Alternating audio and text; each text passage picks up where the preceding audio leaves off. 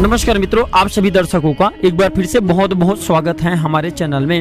हत्थाजोड़ी अति दुर्लभ और तांत्रिक वनस्पति है जिसे बहुत ही सरलतम से धन प्राप्त किया जा सकता है।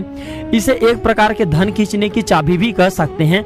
हत्थाजोड़ी हाथ के पंजे के समान जुड़े होते हैं, हमारे वीडियो में देख सकते हैं, इस प्रकार से जुड़े हुए दिखाई देते हैं।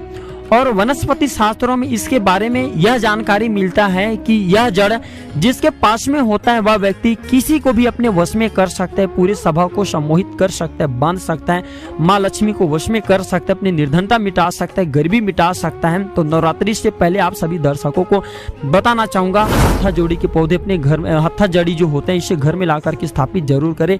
ये किसी भी आपको पूजा सामग्री की दुकान पे मिल जाएंगे। आजकल बहुत ही ज्यादा डुप्लीकेट बेचा जाता है, तो इस पर भी विशेष ध्यान रखना।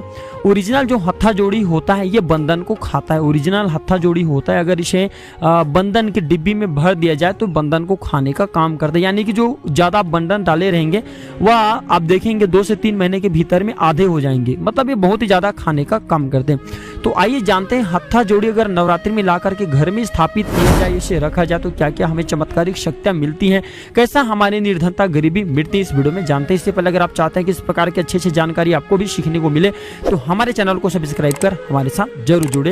यह जिसके पास में होता है, अगर लाल कपड़े में बांध करके वह व्यक्ति नित्य अगर इसके दर्शन करते हैं तो इसके दर्शन मात्र से उसके सारे काम बन जाते हैं। नवरात्रि में ऐसा बताया जाता है कि माँ दुर्गा या चामुंडा के जो मूर्ति है उसके किनारे में या फोटो इसके किनारे में लाल कपड़े में लपेट करके इसे बांध दिया जाए तो उस घर को धनवान बनने से कोई नहीं रोक सकते, इसमें किसी भी प्रकार का संदेह नहीं है।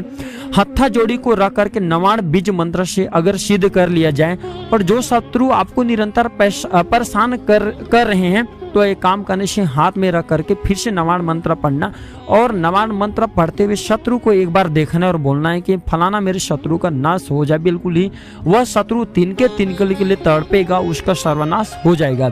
लाल कपड़े में बांध करके इसी तिजोरी में रखने से धन में वृद्धि होती है। और ये भी बताया जाता है कि अन्न भंडार जहाँ पे खाना बन रहा हो वहां पे अगर इसे लाल कपड़े में बांध करके रखा जाए तो अगर जहाँ पे 100 लोगों के लिए खाना बना वहां पे अगर 1000 व्यक्ति को भी खिला दिया जाए तो नहीं खंगता, यानी कि वहां पे निरंतर धन की बढ़ोतरी होती है, अन्न धन भरते जाती हैं।